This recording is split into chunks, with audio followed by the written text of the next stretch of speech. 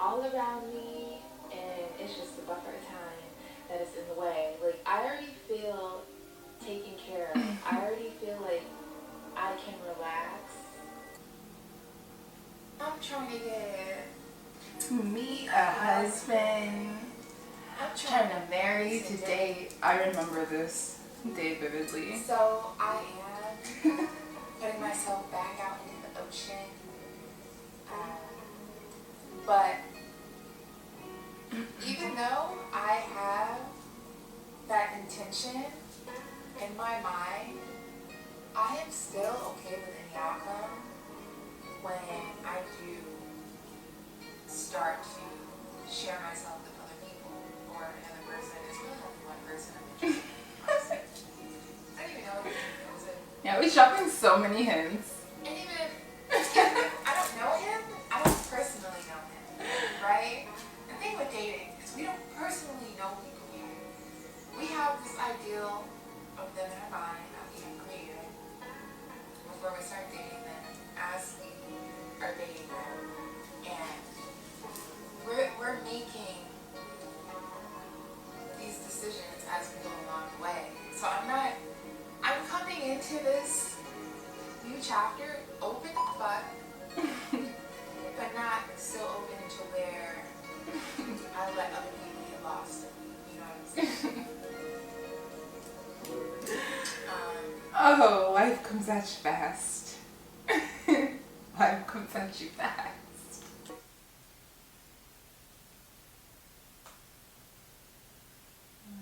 And then there was this one. Let's get into my next favorite creator, current favorite creator. Now, this person, I feel like I'm announcing somebody who's about to come into an NBA game. But our next creator needs no introduction. Now, she's multi-talented. She does production, like video, sound, design. She creates her own vibe. She's spiritual. She got a great relationship with God. She's beautiful. She got it all, and she's just herself 100% of the way, and she inspires me on the daily. I love it. I resonate with her on so many levels. She posts.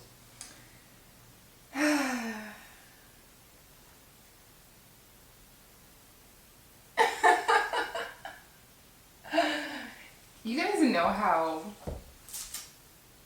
people say that the honeymoon phase is just a phase. It's just all of the chemicals heightened and the hormones heightened and the endorphins and dopamine heightened in the beginning, and that's why you feel such a strong connection with someone in the beginning, and then it eventually fizzes away because, you know, reality hits the relationship, and, you know, things just start to become a lot more realistic.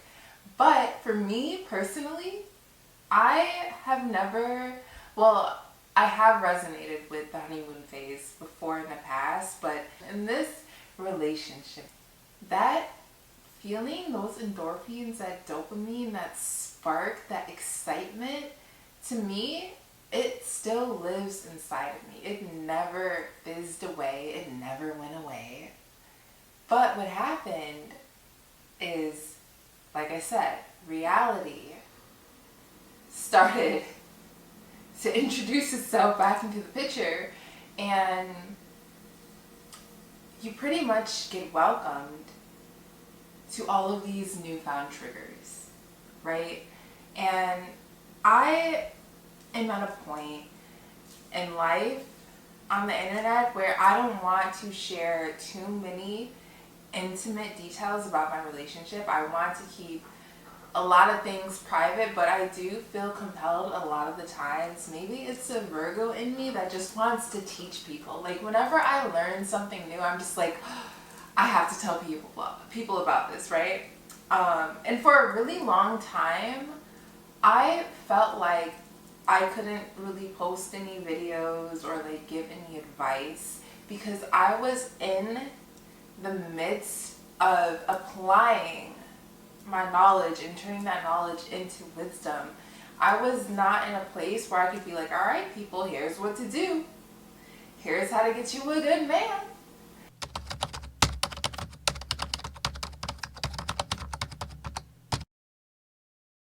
You really don't know what you are getting into when you are experiencing your first healthy relationship. You really don't know the type of work that you're going to have to do when you are with someone for the first time ever who is emotionally available, and not only emotionally available but also emotionally intelligent.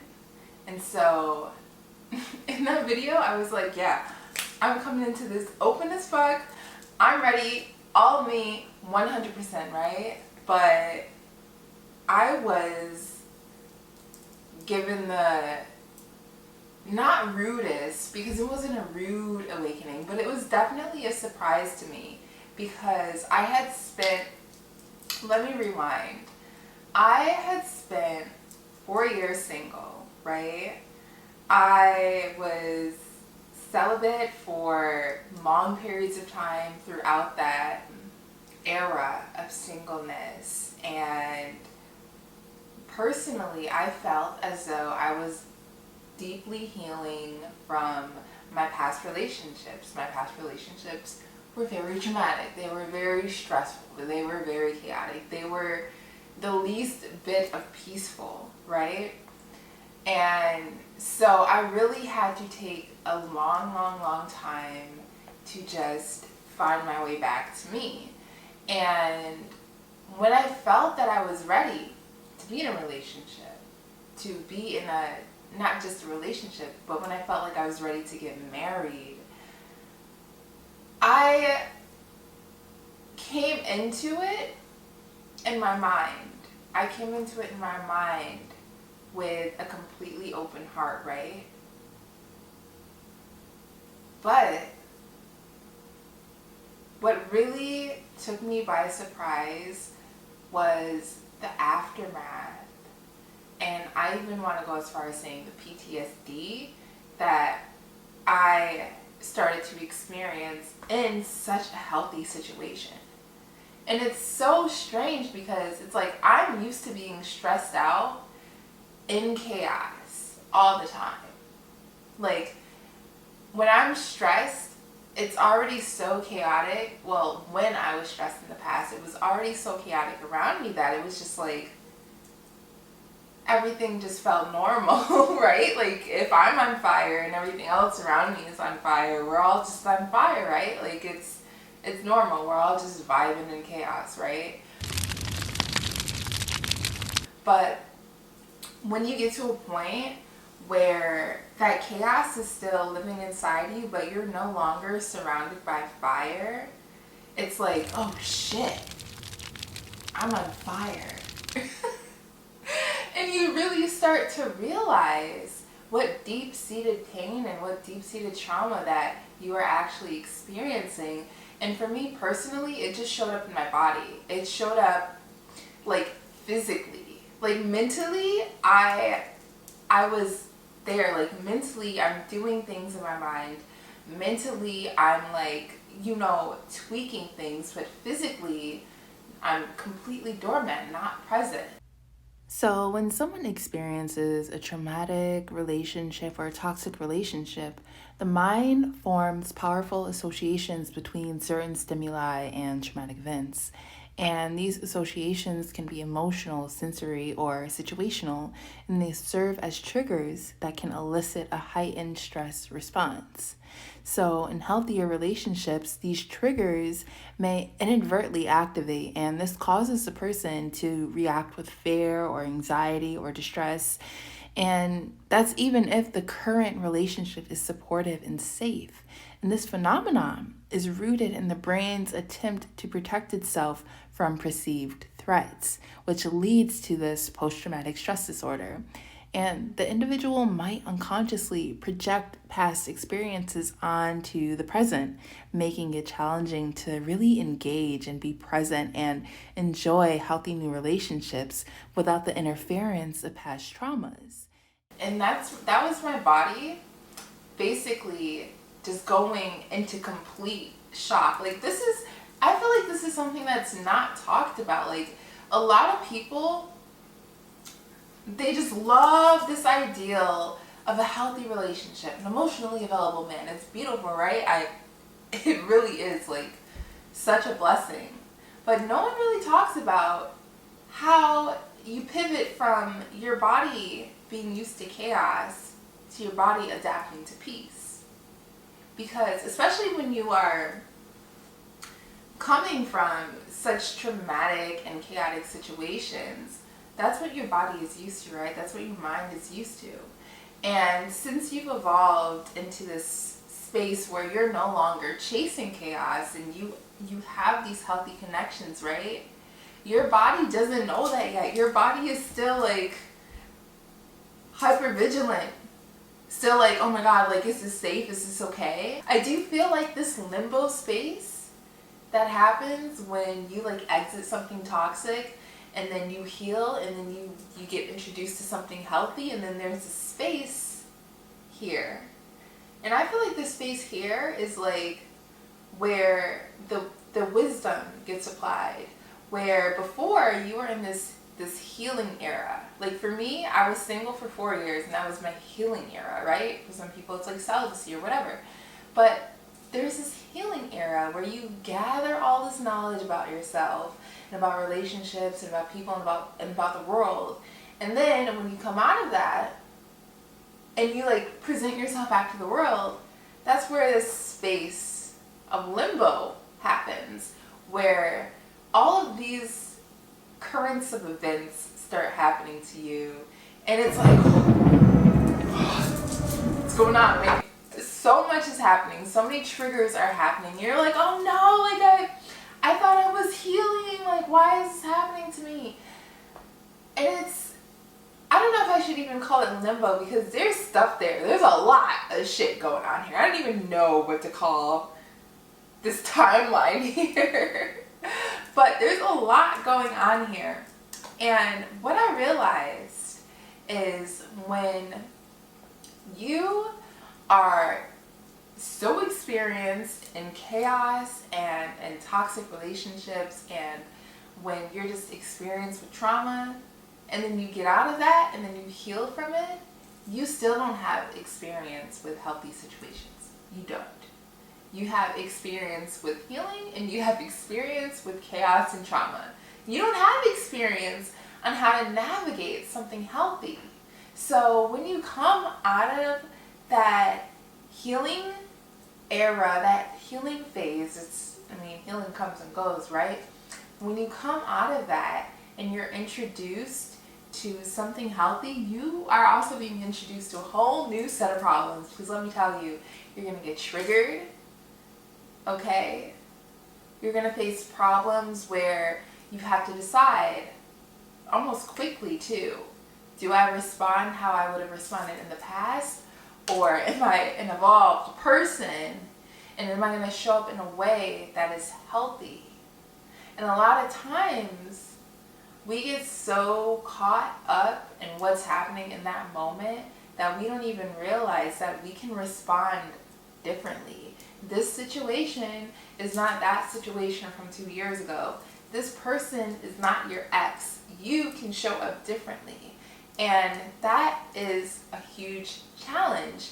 And not because like, oh, we don't want to. It's not as easy as just being like, just do it, just show up differently, right? It's not as easy because, again, we only know chaos and healing. So when we're in that healing phase, depending on like what type of healing you do, some people do somatic healing, some people do energetic healing, some people do talk therapy. But when we're in that phase, our body still hasn't gotten used to responding to healthy situations. So our body can immediately think that when there's a conflict or an issue, that it's time to run, it's time to go, because remember, in the past when there was a conflict or an issue, all the alarms go off, right? It's not safe because the people that we were dealing with in the past were not safe. But our body doesn't know that yet because our body hasn't gotten into this pattern of understanding and knowing and experiencing safety from this new healthy relationship, remind yourself, this is new territory. This is new territory. But as soon as you start to realize that, and you start to realize a pattern with the things that trigger you, and you start to communicate and be like, this is bothering me. And once you get over that hurdle of your body automatically reacting as if danger is around and all these alarms going off, slow down, slow down, slow down. Recenter yourself, bring yourself back to the present, and remind yourself, the slingshot effect is so real. And that was something that took me a while to learn, but I think it's one of the biggest things for someone to know when they are getting in a healthy relationship for the first time, because it can feel very discouraging when you feel like you're going backwards, or when you feel like no one can really understand the position that you're in now, because shit, you don't really even understand it. No one told you that this was gonna happen. I'm telling you now, it might happen to you. It might happen to you. So the slingshot effect basically is where, you know how you pull a slingshot back, and it's like, oh, you're going backwards, you're going backwards, you're going backwards. And then maybe some people stop for a little while they're back here. But then, while you're back here, what you don't realize is you're going back to the past to unlearn and undo a lot of the doings that have been done to you by people who didn't love you. You're going back to tell yourself, that can stay there, that can stay there, that can stay there, you're coming with me. That can stay there, that can stay there, you're coming with me. Leave behind what doesn't serve you and bring with you what makes you feel love. And for me personally, I found myself going back to the past a lot and just bringing back my confidence.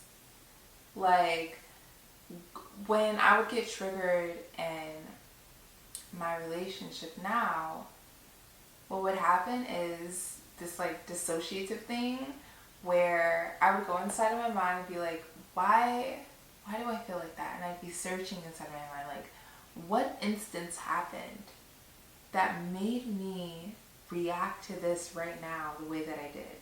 And I would search, and I would search, and I would search. And then I'd be like, oh, I found the very moment that happened. And then it's like this spiritual thing that happens. Like, I literally go back and I tell myself, like, I'm not even going to say the things that I say because I'm cussing. But I tell myself, do not listen to what that man has to say about you. Do not internalize it.